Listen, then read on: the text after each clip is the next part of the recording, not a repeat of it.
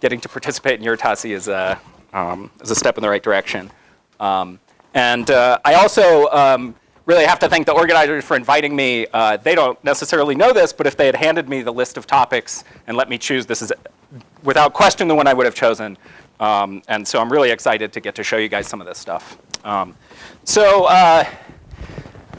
Effective field theory is an infinite subject, and so I decided to really focus on one particular aspect, which I think is under or completely unrepresented in field theory courses. And so I'm hoping that most of you won't have seen this before, but probably you've heard these words. And so I title this series of lectures as scales become separated.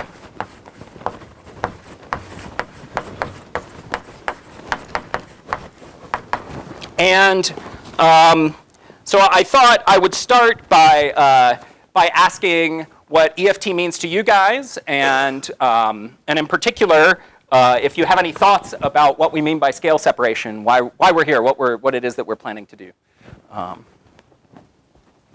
Anybody, what does EFT mean to you? I think 5 higher operators field theory so they do not have anything. Okay, very good. So moving away from just going up to D equals, or to operators with 4 dimension, right?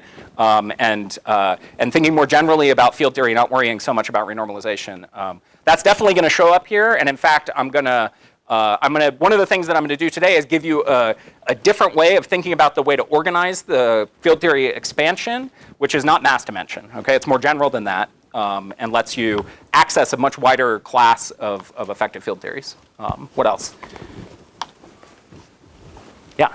It's a way of tackling a situation where you don't know and sometimes can't know how it's actually happening and how it actually works by building a model of what you see. Perfect, yeah. So one aspect of effective field theory is that once you've chosen your process and your degrees of freedom, right, you can organize things using symmetries and power counting, and it tells you how many free parameters there are at any given level of precision that you're interested in working at, right? So even if you don't know anything, you write down the theory, it's got a couple of free parameters, you fit to experiment with those couple of parameters, and then you can make a range of predictions and actually test your ideas, right? That's great. What about the phrase large logarithms? So why do we do effective field theory when it comes to large logarithms? Yeah. Yeah, resummation. So can you expound on that a little bit?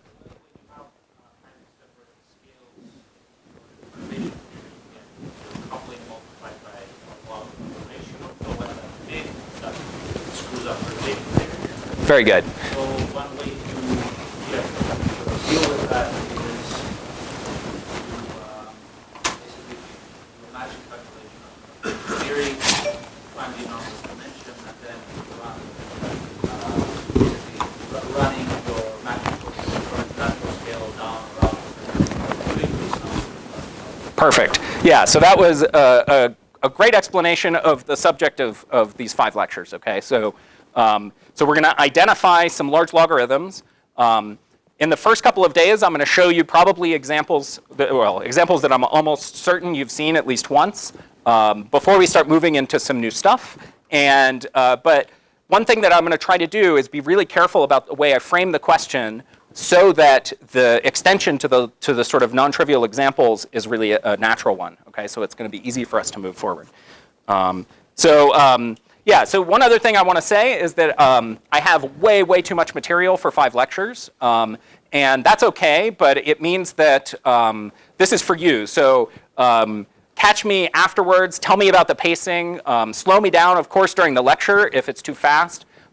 It's not useful if you don't understand what's going on, okay? On the other hand, if you let me go fast enough, then I'll actually be able to show you, we'll go all the way to SCET where I can show you how to resum Sudakov logs, which are these IR logs that result when you have, say, measurements on final states that lead to your IR divergences not completely canceling. And all of the techniques we're going to develop in a more familiar scalar field theory context will apply in the context of SCET. Okay, let's see. Anything else I wanted to say? Yeah, so before I start really digging in, I just wanted to poll you guys to get a sense of how much detail I should do. So how many of you know what this phrase resum large logs means? If we can just get hands.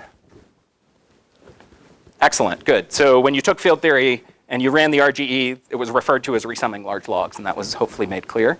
What about, how many of you have seen decoupling of heavy particles at tree level first? Okay, most of you have seen decoupling of heavy particles. What about at loop level? Have you seen how that works? Oh, okay, so maybe I should do that example. All right. And then how many of you know that scaleless integrals vanish in dimensional regularization? Oh, okay, great. So about half of you. Very good. And then how many of you have studied SET or some other effective field theory, non-trivial effective field theory? Okay, that's about what I expected. Great. All right, good. So that means you're not going to be bored. I've got lots to tell you about. Why was I so excited when I got the email from Tracy asking me to cover effective field theory? It's really because from my point of view, it's very perhaps particle physics centric, but we all know physics is dimensional analysis.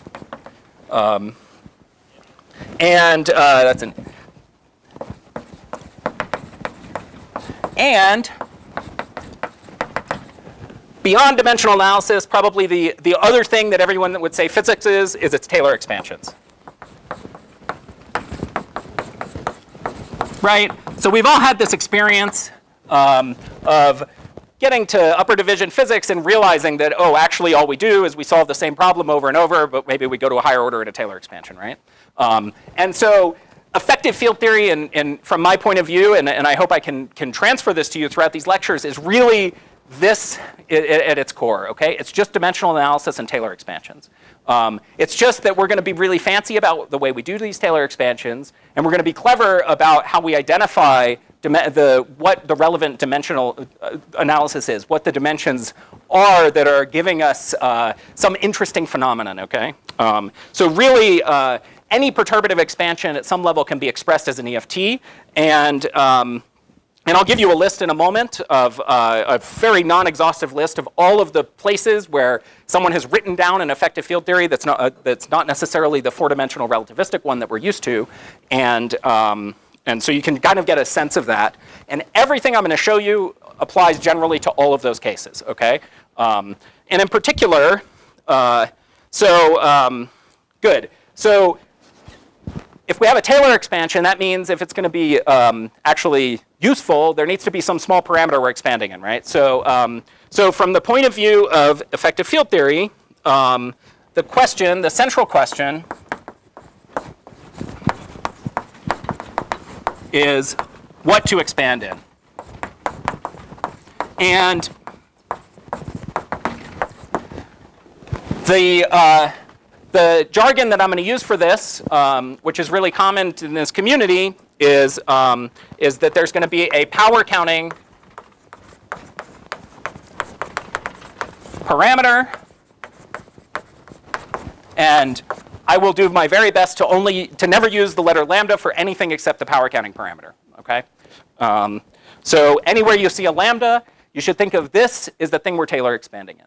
Okay. So this is the small parameter we're expanding our theory about. Okay. So I'm going to give you 3 Ys for EFTs.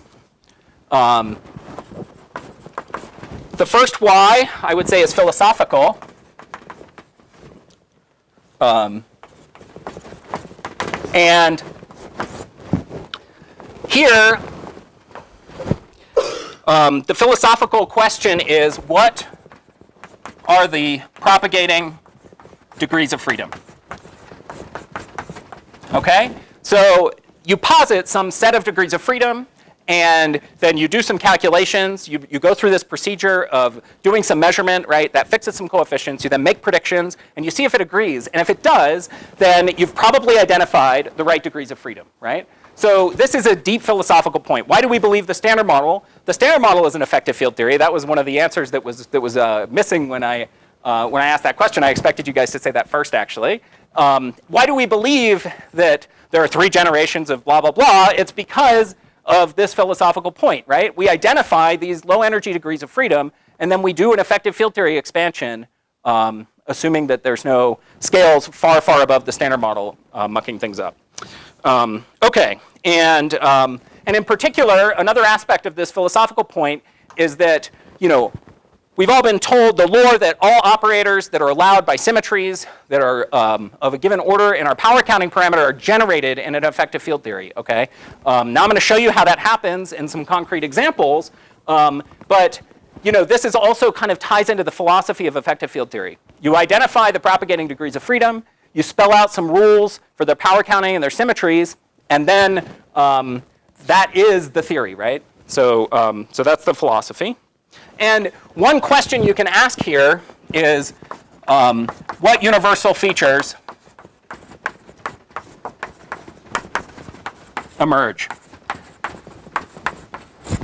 Right? So one thing about effective field theory is that it often exposes that you may have thought, oh, I built up some fancy, my favorite example of this is inflation.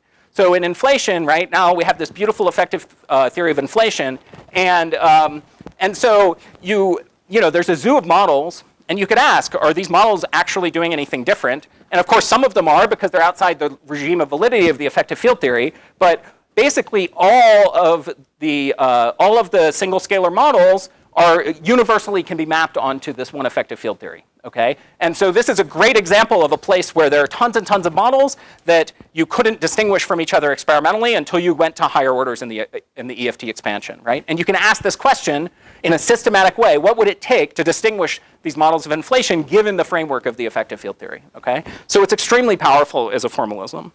Okay, so that was my first why. Then I have a why, which is practical.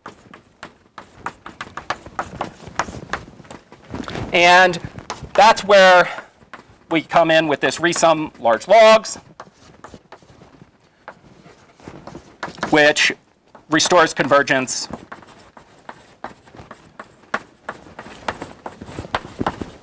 of our perturbation expansion, okay?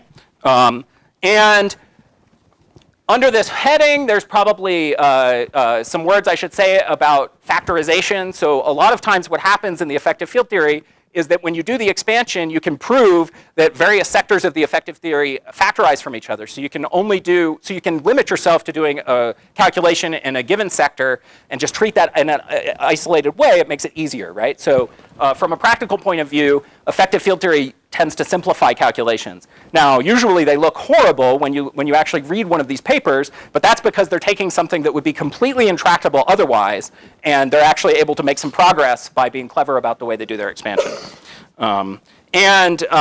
Another thing that deserves to go here is that you can, in principle, compute error bars on your theoretical calculation.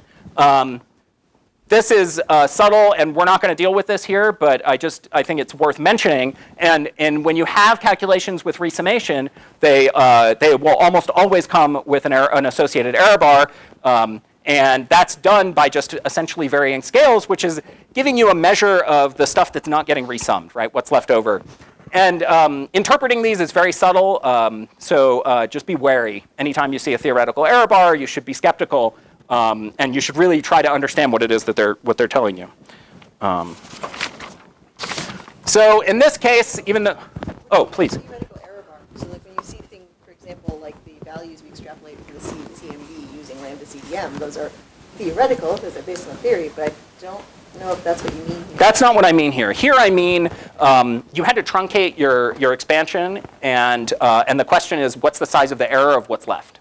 And so these techniques of doing scale variation are an attempt to numerically capture that, but they're fraught with all kinds of pitfalls. So sometimes they work, but one thing you'll notice if you pay attention to these kinds of calculations is you'll see a, say, leading log resummation result with an error bar, and then you'll see a next to leading log resummation result, which is going to the next order in this perturbation expansion, and it'll have a smaller error bar, but they won't actually, the line for the next leading log prediction won't even be within the error bar of the leading log prediction, right? So that tells you that, this is, it is definitely useful. There's a reason that the practitioners do this, but but it's, there's some room for skepticism. You should just be careful with how you interpret it. Yeah. Okay. So because it's so important and I want to make sure we're all on the same page, and especially because I'm really going to do everything in toy models throughout these lectures, I just wanted to talk about this resumming large logs, to write a formula for you that you've all seen, which is the example of a running gauge coupling. And just in case you haven't thought about it this way before, right? It was a big deal. Certainly for me, I'm sure you felt the same way the first time that you derived this result for yourself, that couplings run with scale and they depend on the beta function. And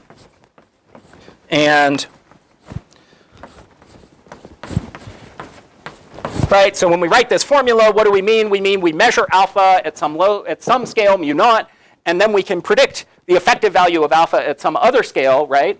And but something, so you solve the RGE, you got this beautiful formula. Maybe because we're all phenomenologists here, we then use this to check how close the standard model gets to unification, right? Which is one of the more exciting things here. And so, but something that may not have been super emphasized to you is that if you then re-expand this, right, you can just Taylor expand and you get the following series. So there's an alpha out front, and then looks like this.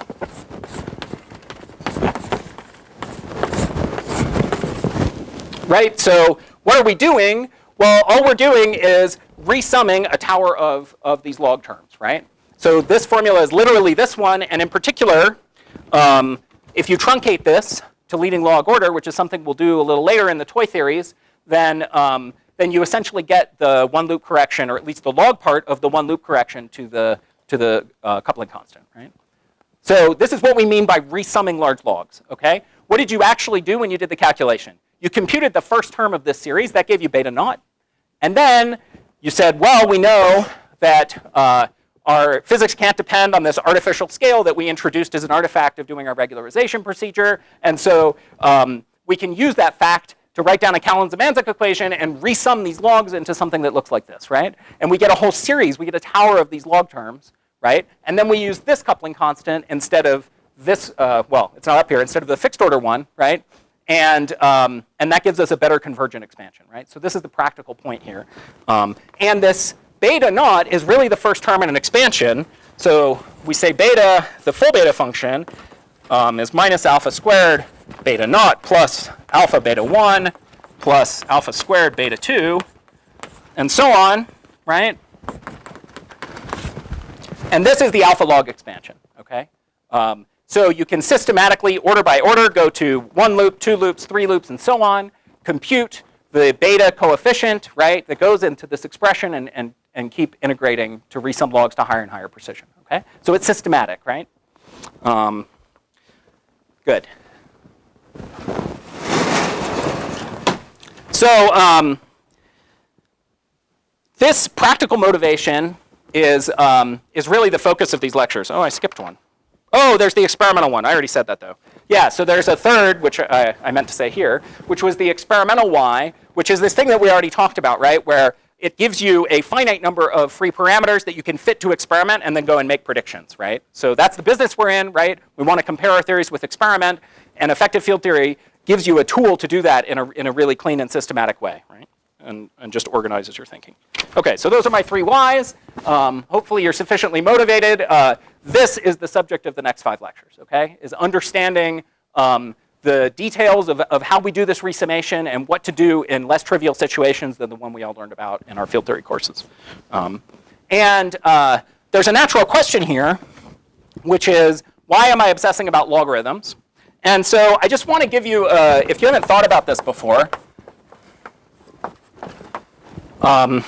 there's a really just kind of dumb thing,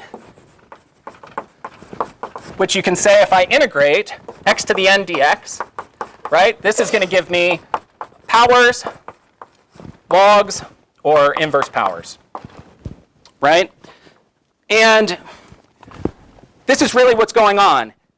These we would call our relevant interactions, right? And we know how to deal with those, but they're not really relevant at high energies, right? They tend to be, say, masses of particles, and so they're only relevant in the infrared. And usually, again, in phenomenology, we're more interested in what's going on in the ultraviolet.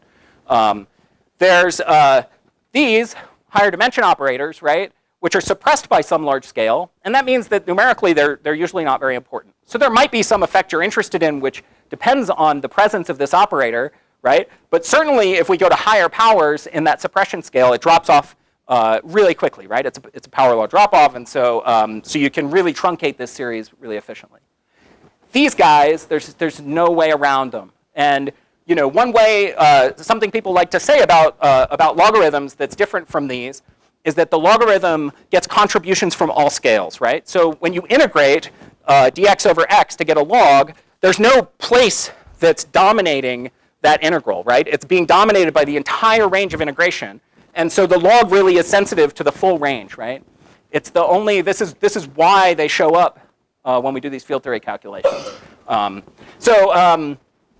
thing about this naive point of view, of course, is this only gives me logs, and when we get to the Sudakov log, that's a log squared. But there's actually a famous paper by Slavinov in 1973 that proves that in the Feynman diagram expansion, you only get powers and logs. Okay, we're going to take that point of view, and then because we're interested in maintaining our perturbation theory expansion, right? It's going to be resumming logs. That's the name of the game. Okay, the powers are not a problem. Okay, is that clear?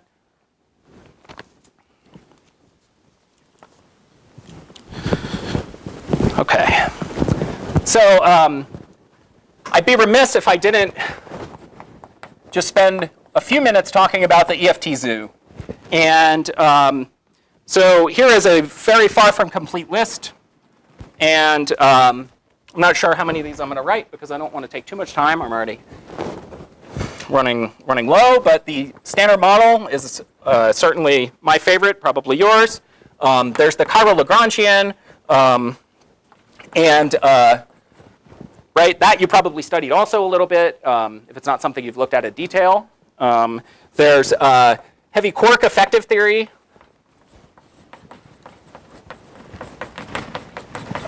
This is a really cool example. What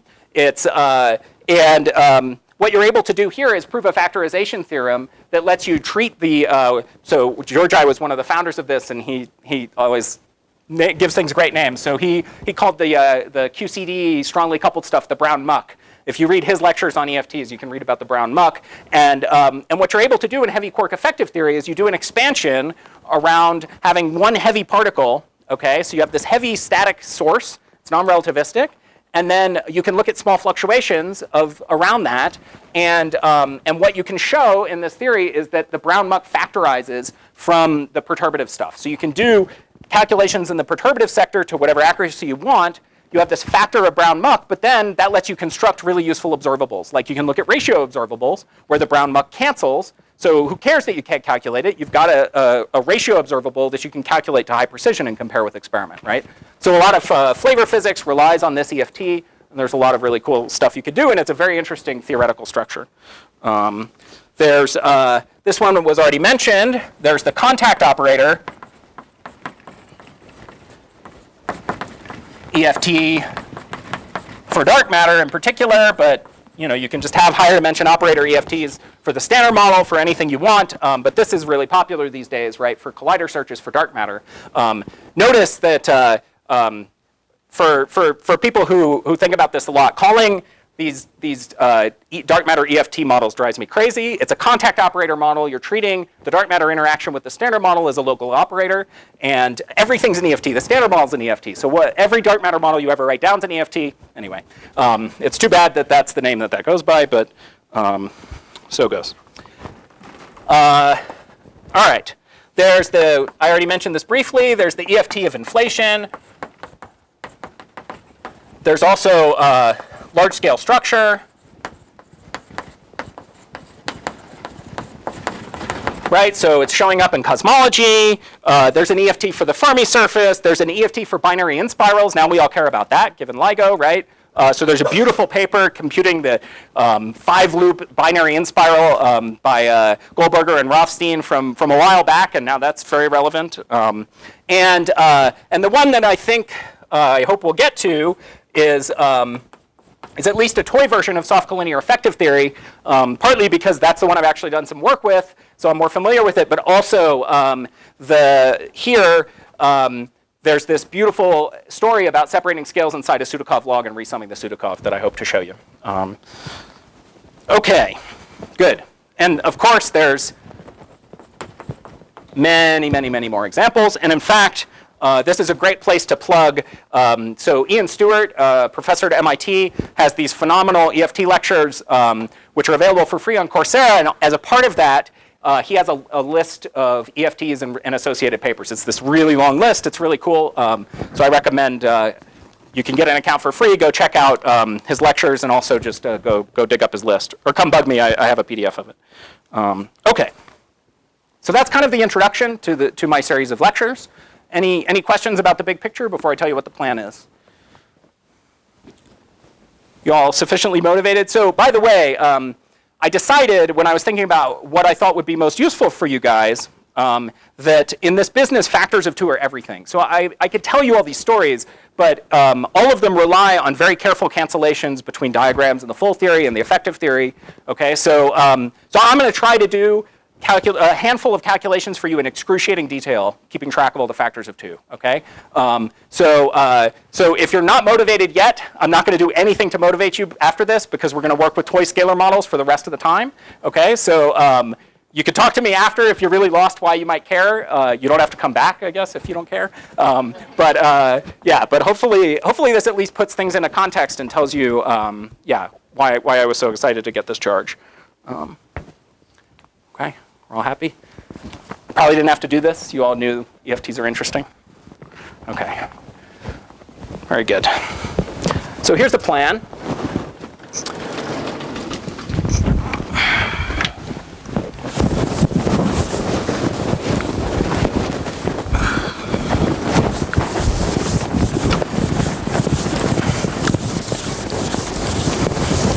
So we're going to start by doing a bunch of stuff you already know. But again, I'm going to do this because the factors of 2 matter, and I want to show you all of them and promise or convince you that I'm not hiding anything. So it's important that we rederive some things that you've seen before. Let's see if I want to bother to write any of this down. So we're going to understand how to resum logs of lambda. Okay, and for not today, probably not tomorrow, but when we start to get into the really non-trivial examples, this lambda is going to be a ratio of 2 physical scales. Okay, so we're going to have some physical process, like for example, a light mass particle and a heavy mass particle, and that ratio of scales is going to show up inside a log. It's a physical ratio of scales, and that log could become large if the mass of the light particle is significantly lighter than the heavy one.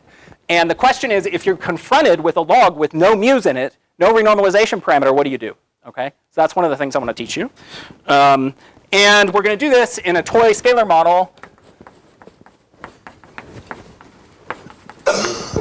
And so we'll have a heavy scalar and a light scalar. It's going to be relativistic and all look very familiar. So that'll be the first thing. I hope we'll be done with that by Wednesday, the end of Wednesday. And then we're going to work with a toy version of SET, a scalar SET, and that is going to let us resum log squareds of lambda from the IR. And yeah, there's some really creative stuff that went into figuring out how to do this. And so I'm excited to get to show you that. So quickly, before you go on, can you define SET? Like, what's that document? Oh, sorry. Yeah, soft collinear.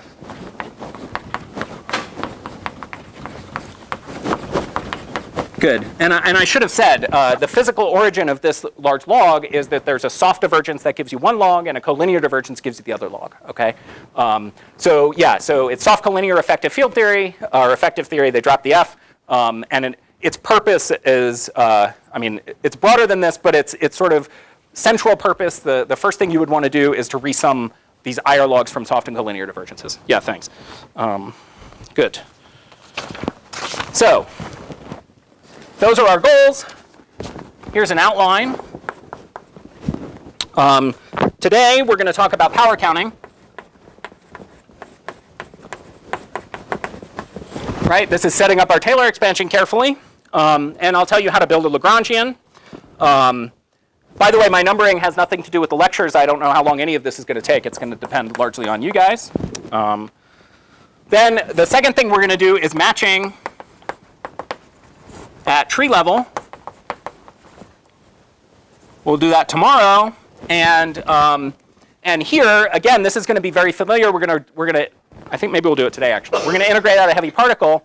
And, but I'm going to be really careful the way I do this in order to set up for doing this at loop level, which will be the third topic.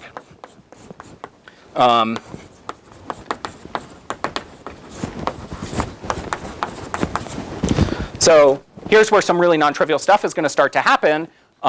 In particular, one of the stories that I'm going to show you is when you carefully match your full theory onto the right EFT that captures the infrared dynamics of that effect of that high scale theory, you find that all of the logarithmic dependence on the little mass, on little m, has to go away. So your matching at the high scale can't depend on logs of little m. All logs of little m have to be generated by the analytic structure of the Feynman diagram expansion. Okay? That's what it means to have a propagating light degree of freedom. If there were any logs of little m still in your calculation, like it was for me most of last week, then you know you're doing something wrong. Okay? You're missing something. And then we'll move on to scalar SCET. Oh, sorry, and I didn't say everything I wanted to say here. Another thing here is so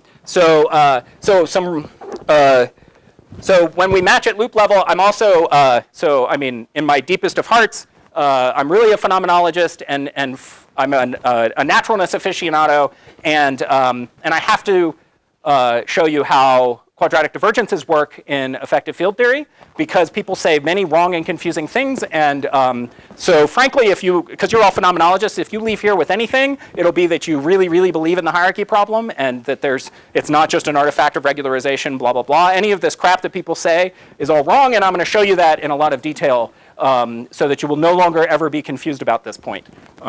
It may turn out that nature is tuned, but if we don't find any new physics, then it is tuned. Okay, there's no loophole there. Good. In this example, I'm also going to show you what's called the method of regions, which is a really cool approach. This is where some of the Taylor expanding comes in. It's a really cool approach to being able to solve non-trivial integrals, loop integrals. And in particular, one of the really cool things about it is that if you do a regions analysis, then you'll find that it tells you essentially what degrees of freedom you need if appropriately interpreted in the IR. Okay, so that I doubt you've ever seen, and is going to be really useful when we go on to SCET, where we can again do a regions analysis of the Sudakov integral that gives us this log squared and figure out what the right degrees of freedom are in the IR to describe soft and collinear divergences. Okay, good. And then we'll move on to the scalar SCET. I'm going to show you, again, the method of regions. I'll show you how to map these IR logs to UV logs, because something that maybe you never really thought about carefully is that when we use renormalization group evolution, that's always a UV property of our theory. And so if you want to use an RGE-like approach to resum a large log, it needs to be a UV log. Okay? So one of the truly brilliant things that the founders of SCET discovered was a simple and extremely clever way of taking this IR log and mapping it into a UV log so you could resum it with the renormalization group. Okay? So I'll show you how that works. It's really neat. And then we'll talk about Wilson lines will show up here. They're very important for the real SCET. We'll talk about factorization theorems in this toy model, and then I'll resum the Sudakov log for you. And I will be shocked if we get there. Certainly if we get anything past that. But if we do, then I'll show you some real SCET and show you how to dress this all up with gauge theory and with fermions and all this so that you see some of the non-trivial stuff that happens there. But really, the heart of it is all going to be in this example. Okay. Good. And the last part of my intro is, there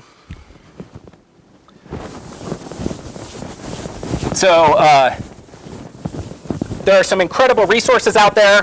One of the things that was really a struggle when I was trying to figure out what to show you is what I could show you that's not already really well explained in a number of great reviews.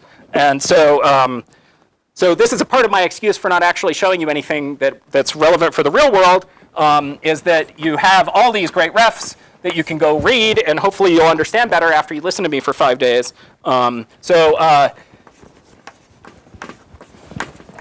Anish Manohar, who's one of the geniuses of this subject, has a bunch of different versions of his lecture notes. The most recent ones I find to be really, really nice. They're really technical, but they include a lot of the sort of details of things I'm going to gloss over. You can find here, and I'll try to make. Remember to point out times where if you really want to see something done especially carefully, you should go check out the Manohar review. Ira Rothstein has some great notes. So this is HEP pH 0308266. David B. Kaplan has some good notes. He actually has a few versions. There's newer ones on his website, but there's also, you can find multiple versions on the Nuclear Theory Archive. Of course, Howard Georgi has some very famous notes. You probably have seen them. You have to find his website. It's easy to find if you just Google Georgi EFT. There's Ian Stewart's. He's got these Coursera EFT lectures. And then there's a book that's pretty good by Alexei Petrov and Andrew Bleckman. One of the things that's really nice about this book is that everything's in the same notation. They make a big deal about this in the beginning, is that it's really hard to learn this subject just because the notation isn't normalized, and we all know what an abstraction that can be, so they worked really hard to put everything in the same language. They did a really nice job. Yeah? So that's Dave or Big Dave? Big Dave, yeah. David Beaton. Yeah, and then for SCET, there aren't very many resources, but the best are, again, Ian Stewart has an unfortunately incomplete but still very detailed set of notes on his website. So if you go and you find his website, you can find his EFT notes, look at the LaTeX version. And then there's a recent Thomas Becker and collaborators.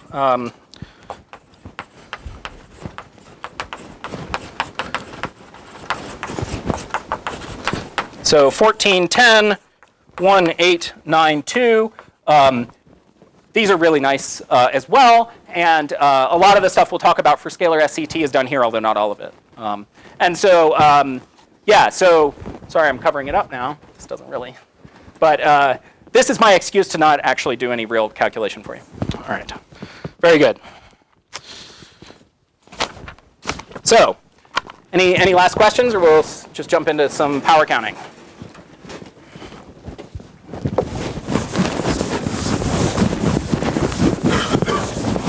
So let's take scalar field theory, 4 dimensions, single scalar, and let's write down an effective field theory for the scalar. Let's see, how am I doing on time? Okay.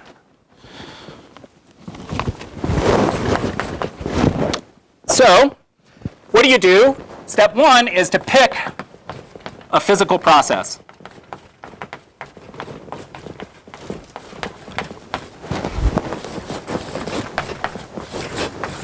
We are going to do the dumbest process possible, phi-phi scattering, okay? You never thought you were going to see the level of detail in phi-phi scattering you're going to see here. It's going to be great. So that's our process. This step, by the way, is critical for doing real hardcore EFT practice. It is not something that we as phenomenologists tend to do, right? Usually we just say, oh, we know what degrees of freedom we want. We have the standard model plus some other crap. Maybe it's dark matter. We have some set of symmetries. We just write down the interactions, right? We never consider the process. That's because relativistic field theory is too easy, okay? But if you actually want to develop a new EFT framework, it is critical to pick your process. The EFTs are only universal within certain classes, and you've got to be really careful, okay? So again, I'm trying to frame sort of the first thing you ever saw in field theory, okay, in this more generalized language. So what do I mean by pick a process? Well, I care about phi-phi scattering, okay? So what are the propagating degrees of freedom? Clearly, there must be a phi particle, right? So step 2, if you like. I stopped writing steps in my notes. All right, well, we'll call this step 2. What are the propagating degrees of freedom? In this case, we only need phi, okay? And this is really an important point, okay? Because at some level, all of the magic I'm going to show you about logs canceling and being absorbed and resummed is really all a concept of locality, okay? So what does locality mean for us in field theory? It means that all of the poles of the Feynman diagram expansion are coming from propagating degrees of freedom, right? You could take a loop diagram, you can take a, it's all of that non-analytic structure, right, is due to something propagating either in a loop or propagating between 2 points in space-time, right? And so you can identify the presence of these states by looking at poles, right? And we know because of the optical theorem as well that loops and scattering processes are connected to each other, right? So all of these things are tied together in this beautiful, intricate way that's all a consequence of locality, okay? And since I said the optical theorem, unitarity, right? So we have a local unitary field theory, and so that's really what I'm asking. When I ask what are the propagating degrees of freedom, I need to be able to reproduce all of the non-trivial analytic structure by low energy observable, okay? So I need the correct propagating degrees of freedom or I'm going to get it wrong. Good. And the way that we do this is we separate non-propagating degrees of freedom from propagating degrees of freedom through this procedure of matching. And I'll show you that in a minute. But you know, there's also this physical picture you could keep in mind, which is that high energies requires going to short distances, right? So if I've got the thing that I think is familiar that we'll do in a moment, right? When I have a big heavy particle, right? If I'm probing the theory at energies much lower than the mass of that particle, I might as well treat it as a local contact interaction, right? And expand around a space-time point, whatever. And so I can treat the influence of the heavy particle on my light particle states through local interactions, okay? I don't need any of this propagation to account for the presence of the heavy particles at some scale.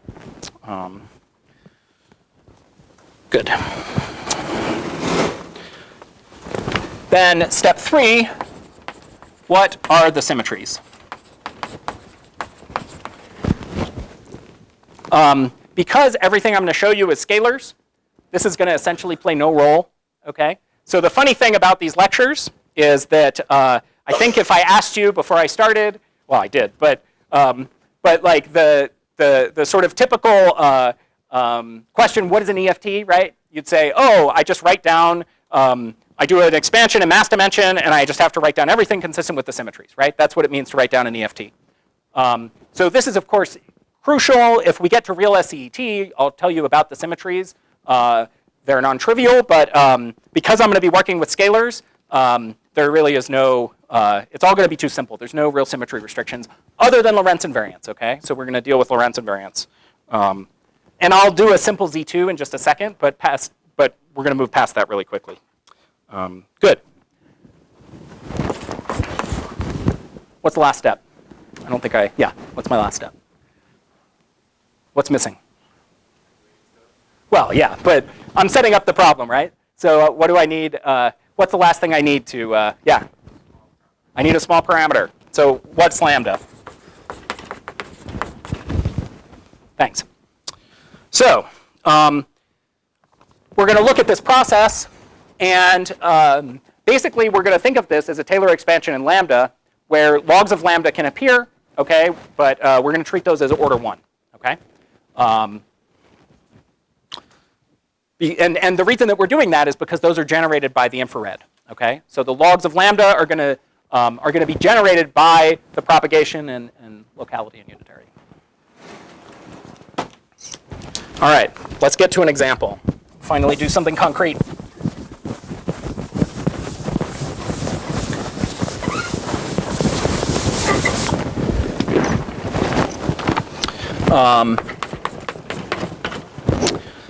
So we're looking at phi scattering, and we want to look at it at some center of mass energy, q squared, which is a quarter of the mass of the particle. So we're going to use the mass to power count, and it's much smaller than some heavy scale capital lambda. So this is some UV cutoff. And what does it mean to power count? Well, we're going to define lambda as little m over big lambda. And then we're going to say that all of our momentum has to scale like our heavy scale times lambda, lambda, lambda, lambda. Okay? So anywhere the momentum shows up, I'm being really pedantic here, right? It's Lorentz invariant, so it has to scale the same in all the components, or it would break Lorentz invariance. But the point is that the momentum is not large in any direction, right? I'm probing the scale at small q squared. And really I'm being a little sloppy here. Really, I mean all of the Mandelstams are small, all the Sij's, right? Any pairwise pi plus pj squared is small, okay? And so this scaling of the momentum, anywhere momentum shows up, I then Taylor expand in lambda, okay? And keep only leading terms.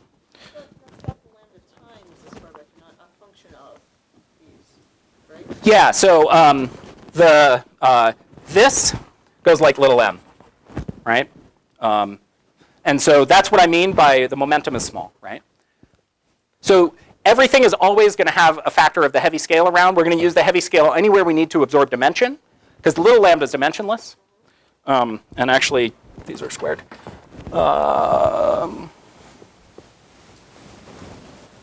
Maybe not in this example. They'll be squared later. Yeah, good. Right, so yeah, well, I don't know what else to say, right? This gives you small m, right? So this is the small momentum. My question was, is that parentheses indicating a multiplication or a function? Oh, that's the 4 vector. Okay. Yeah, that's the 4 components of the vector. And it's just being multiplied by the lambda. Correct. Yeah. Sorry, sorry. Yeah, so it's just the 4 vector, right? It's just sailing all the components of the 4 vector scale like the small mass. And this tells us that p squared goes like lambda squared, trivially, right? And we call this a soft momentum. Yeah, I'm going to be really sloppy about big lambdas. Anytime you need a mass, you use big lambda, okay? And so there's a tilde here, and I'll try to be careful. You're welcome to ask, but in people who do this for a living, they set big lambda to 1, okay? So I'm going to try to keep it around so it's not confusing. But all right. So push this down again. So let's follow our rules. So we picked a process. I'm not going in order, but now we have power counting. So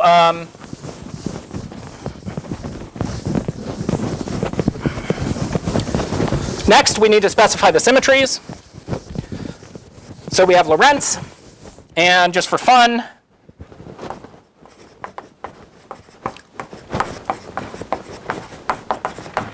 let's have a Z2 on our scalar. Phi goes to minus phi. And let me tell you a little more about power counting. I guess we need to figure out, if we're going to write a Lagrangian that's consistent with these symmetries, we need to know how to power count. And so if you just take the canonical commutation relation, right? I've power counted in momentum, okay? We're going to work in momentum space, and but we know that the action is an integral over d4x times the Lagrangian, so I need to know how x scales. So this canonical commutation relation better be leading power, okay? But this thing better scale like order 1, and so, right, because it's equal to I, so that's an order 1. It's not suppressed. So that tells us that the power counting for x goes like 1 over p, goes like 1 over lambda, okay? And so when we have d4x in front, if our momentum scales like this, then d4x will scale like 1 over lambda to the 4th. Yeah?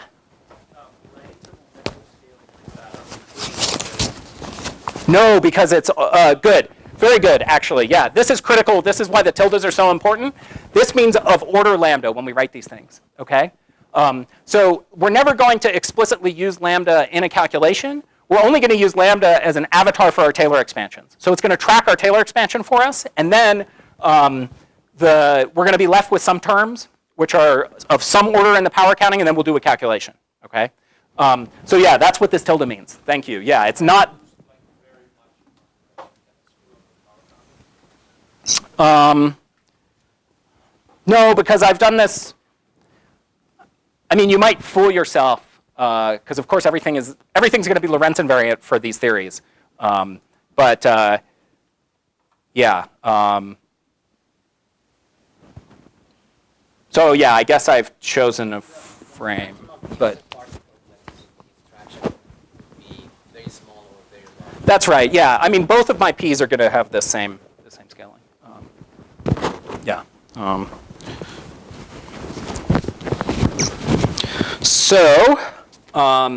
Yeah, so just be a little wary when we get to SET, we're going to have different scalings for the measure. We're going to have a 1 over lambda, but we're also going to have a 1 over lambda squared, okay? So it depends on the power counting of the momentum. What you need is that the canonical commutation relation scales like order 1.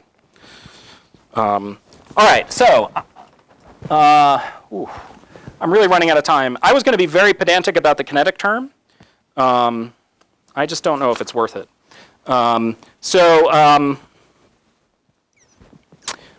Yeah, you guys have all used integration by parts a million times, right? You've all used the equations of motion to simplify things. So I was going to show you all of that, but maybe I'll just make the point.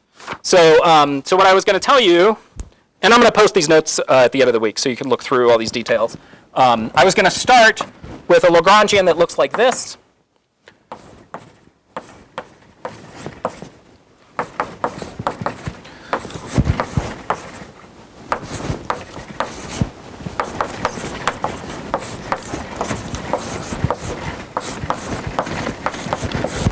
So what do we want out of a kinetic term? We want it to be quadratic in the fields because it's going to describe propagation, so the field from here to here. We want it to have at least one derivative so that it can describe the dynamics, right? So that it's the kinetic energy. Since it's Lorentz invariant theory and we only have scalars around, that means we need 2 derivatives, right? So that's Lorentz invariance coming in and telling us the structure of our operators.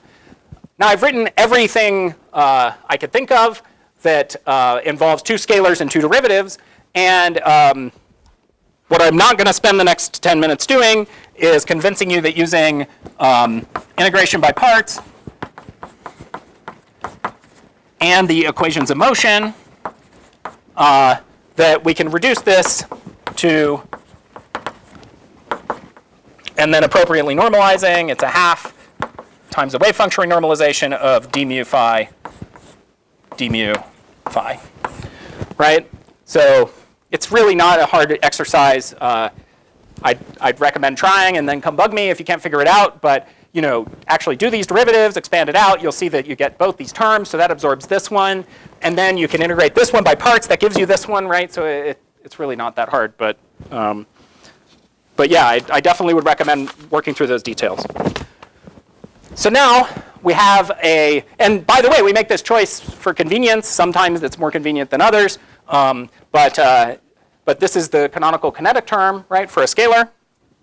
And this now lets us figure out, so we know how to power count the measure. So how do we power count phi? So we look at the action, which needs to scale like order 1. And this is d4x times Lagrangian. And so this gives us, if it's the kinetic term, right, we get 1 over lambda to the 4th, and from d4x, and we get lambdas from each of the derivatives, right, because the derivatives give us a little lambda, right, because that's a momentum. So we get a little lambda squared from the derivatives, and then we get a lambda phi squared. And if this equals 1, we know that lambda phi equals lambda. Okay? So when we have a soft momentum that scales like that, then our power counting for our phi field is little lambda. Okay? This should look totally familiar from mass dimension, right? We do exactly the same thing. Okay? So you need this to be dimensionless. This has inverse mass dimension 4, so this needs mass dimension 4, and then derivative has mass dimension, so you get a factor of mass dimension for the scalar, right? It's the same kind of argument. The difference is that if I had a momentum that scaled like little lambda squared instead of little lambda everywhere, then this scaling would change, right? That's the difference with mass dimension. We're still going to have to respect mass dimension. This is a different power counting, okay? Good. So then, oops. The next thing I was going to show you, again, I think it's worth skipping, is a perverse example. If you've never seen it, you can look in the notes, but the one I was going to do is, I'll just show you the Lagrangian and leave it for you as an exercise. So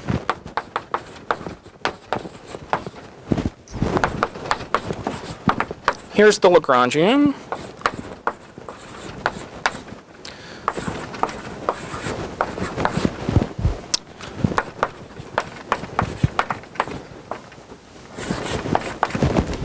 So take this Lagrangian, calculate phi phi to phi phi, and you should get 0. Okay? Does anybody know why? Do you see what's going on?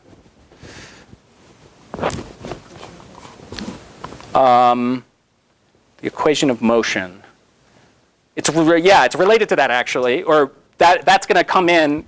Maybe you integrate it by parts and set the box equal to m. Yeah, that's essentially what's going to happen. But why?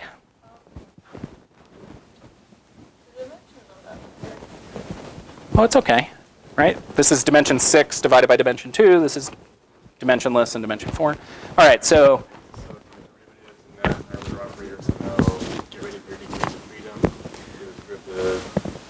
No, you still have a propagating scalar, okay?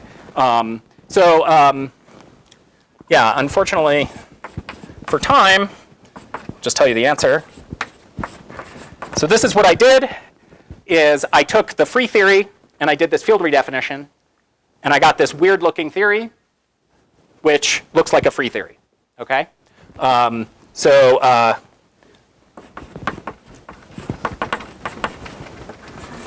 point of this exercise is to show you in an example that field redefinitions, right, you're allowed to parameterize your degrees of freedom however you want.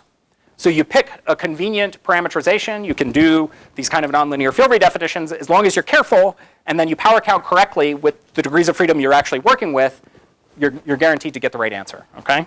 And this is done in a lot of detail in those Manahar notes. He goes through actually why you're allowed to do this in full generality, looking at matrix elements.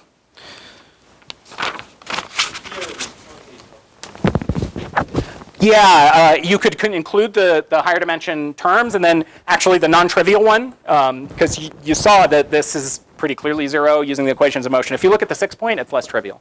Yeah, this was the one I was going to do on the board because it's fast. I can also tell you I'd be happy to talk about the factors of 2. One of my factor of 2 sinkholes, sorry, that should be squared, is figuring out how to get this to cancel. I'm missing a factor of 2 somewhere. I can't get it. So that's an exercise for the reader as well. I'm sure it's just that I'm tired, but I can, anyway, if you're curious offline, I can show you. Good question. This is supposed to be cubed and squared. This is the one I did here. This is the one I wanted to do, but couldn't get the factors of 2 to work in time.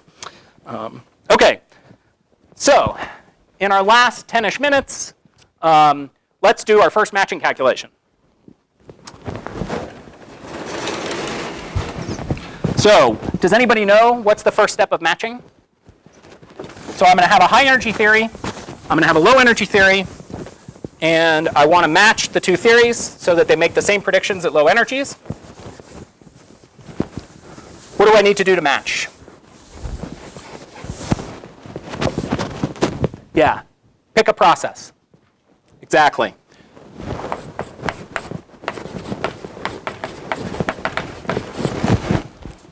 So again, you've probably seen this done before, and you don't have to be so careful when you do matching at tree level. So usually you don't talk about the fact that you picked a process, but you actually, so you pick guess phi phi to phi phi, and here's my full theory. So L full is kinetic minus a little phi with a little mass, a big phi with a big mass, and a cubic interaction, big phi, little phi squared. Note, I'm not respecting my Z2 anymore. We're not going to talk about the Z2 from here on. Full theory. Kinetic. Does your coupling have a dimension? Yes. And then, if I want to describe little phi scattering, all I need in the EFT is little phi, right? So I have minus a half m squared phi squared, and then, oh, I forgot to talk about higher dimension operators. That's what I get for rushing. So this is a good time to talk about it. So I have a phi to the fourth, and I can in principle have something like this, phi to the sixth. I could have some derivatives acting on phi to the fourth. Here I need a big M squared. Here I would need a big M to the fourth. No, squared again. And then I think 4 factorial. And so on, right? So I can write down as many operators as I want using derivatives and all possible contractions to get a tower of operators suppressed by whatever the heavy scale I'm doing the matching is, right? So, so let me be a little clearer. Just to say that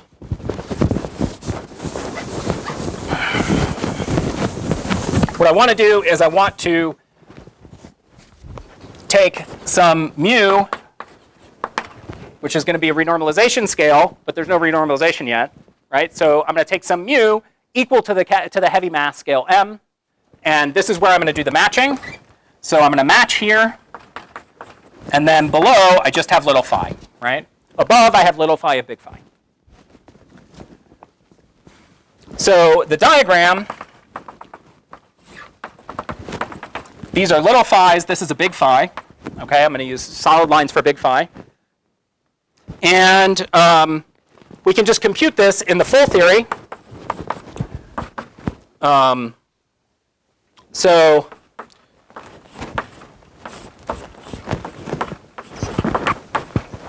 don't forget, there's 3 channels.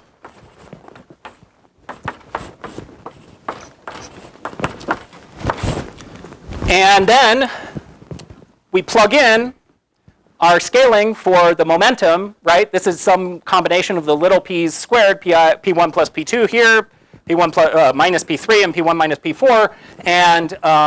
And then we just Taylor expand these propagators, right?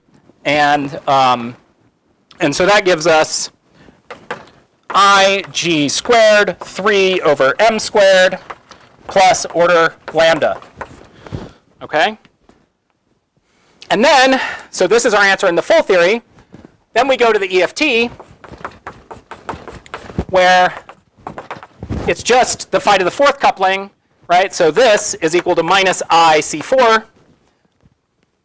And so we combine these to tell us that C4 in the EFT is minus 3g squared over m squared.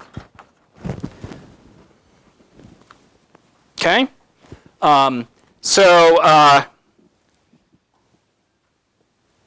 yeah, so that's it.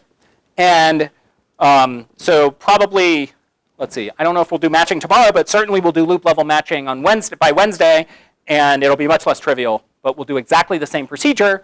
The only subtlety there will be that we're going to want to compare renormalized quantities on both sides, okay? So we'll have to be careful about renormalization, but otherwise we're just going to compute, you guessed it, phi scattering at one loop and match onto the EFT, okay?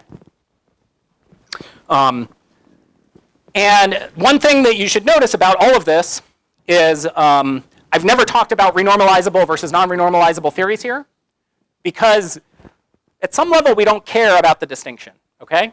There are some nice features of renormalizable theories. The counterterms are the number of counterterms is finite, right? But who cares? Just keep, if you want to compute to some high order in lambda, keep going. You need to include higher and higher dimension operators in terms of power counting, and you need to include them consistently. You just have to be careful about the way you do the Taylor expansion, but it's just like any Taylor expansion, right? We have all made the mistake of like Taylor expanding to not high enough order in one term, plugging it back in, and so you have to be careful about these kind of things. But otherwise, it's just a Taylor expansion, okay? Yeah. The reason there's not a contribution from the d squared by 4 is because that's order lambda. Oh, it's because I didn't include it in the full theory. Yeah. So I'm going to do that a lot, by the way. This is the in all of these examples, to keep it simple, I'm only going to include the terms that I need to make a point. So actually, it's a really good question because I'm absolutely violating the part of effective field theory that I told you I was going to ignore, which is that you should include all operators at a given order with order 1 coefficients. That's not what I was talking about. Oh, okay. In illustrative EFT, there's the last term, there's a d squared by 2 Yeah, that's this in the EFT. It's different last. The last term. d squared by 4. Yeah. Oh, good. What I'm saying is that Now I understand you your. cannot write that minus IC4 plus whatever coefficient he has because that's order lambda. Exactly. That's exactly the point. And that would come, actually it's a great question, because that would come from a higher order contribution when you Taylor expand these propagators from something proportional to S or T, which is order lambda, right? Exactly. That's exactly the point. Yeah. Thank you. But that other point I made is a good one. I'm just going to write down a bunch of these examples, okay? So here I should have, if I were doing EFT properly, right, in my full theory, it should have a phi to the 4th coupling, which would have contributed to the matching. It would have just been additive. It doesn't make the point I want to make of integrating out a heavy particle. Yes? So G here is dimensional factor. Correct, yeah. Then what is scale? Because it seems to use another scale. For example, you write C4 equals to G squared over M squared. How do you say G squared over M squared is more?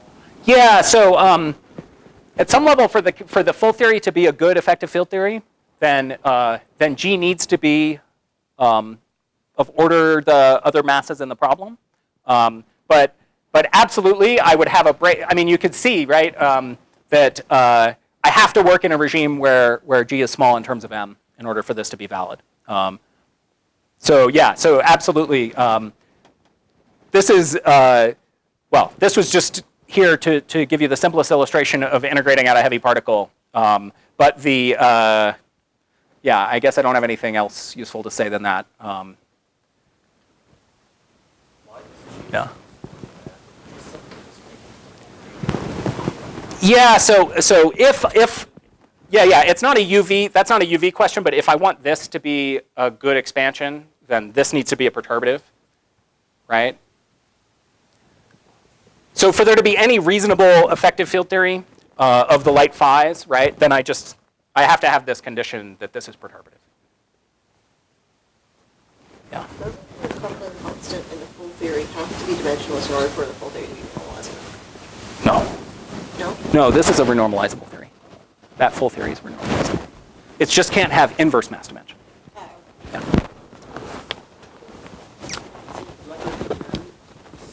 You are using the loop level extension or high order operator? Well, if G were bigger than M, then this would give me an effective theory with a giant coupling, right? So it wouldn't be a good perturbative expansion. That's all I mean.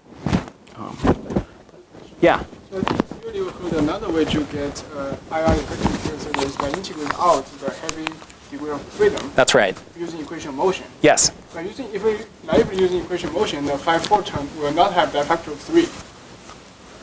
Yes, it will. So yeah. So the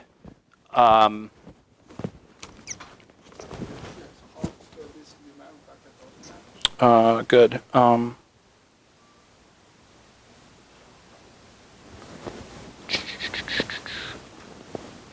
So, oh, it comes from, let's see, where are the, yeah, it's a good question. I don't see it right off. Let's talk about it offline. It has to work. Yeah. 4 factorial having a factor of 3 and everything basically factors of 2. Exactly. It's all factors of 2. Yeah. But this example, I'm quite well. There's nothing wrong here, right?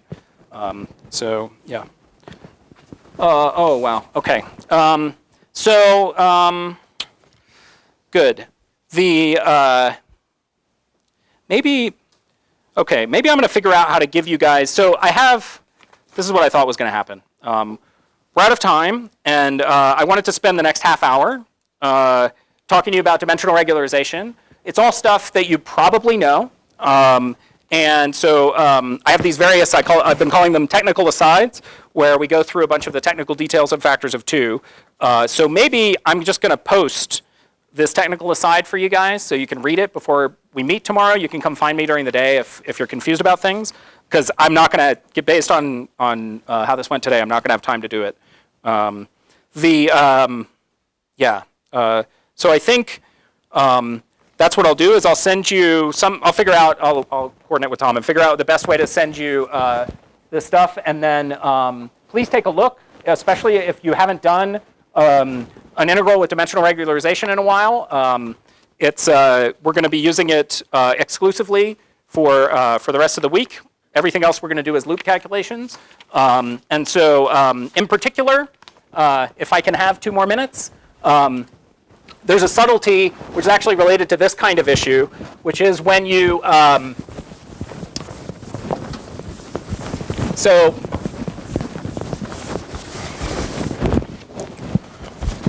when you do dim reg, and I'm going to always work in d equals 4 minus 2 epsilon. That's just to annoy you because all of your textbooks are d equals 4 minus epsilon.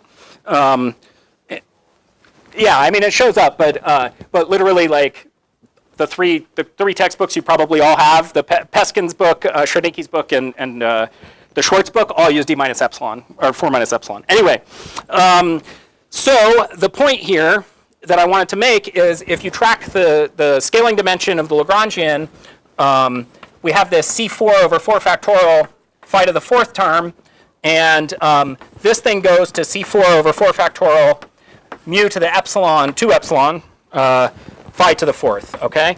Again, I'd be happy to talk about this offline. If you've never seen this before, you should definitely come talk to me. And what happens is then when you use this multiplied by an integral that has a 1 over epsilon, then when you Taylor expand in small epsilon, this gives you a log of mu squared. And that log of mu squared is going to appear everywhere. And it comes from the fact that we moved away from exactly 4 dimensions when we did this regularization procedure. Okay, and those tracking those factors of 2 epsilon are going to be critical to getting the right answers. So good. So yeah, next time I will. I think like I said, I'll post these notes on this technical stuff, and then I'll do try to spend less than 10 minutes on it at the beginning of next class so we can get into some meat. Yeah, so hopefully this at least has gotten you a little taste of where we're going, and next time we'll start talking about loops and renormalization group evolution. All right, thanks very much.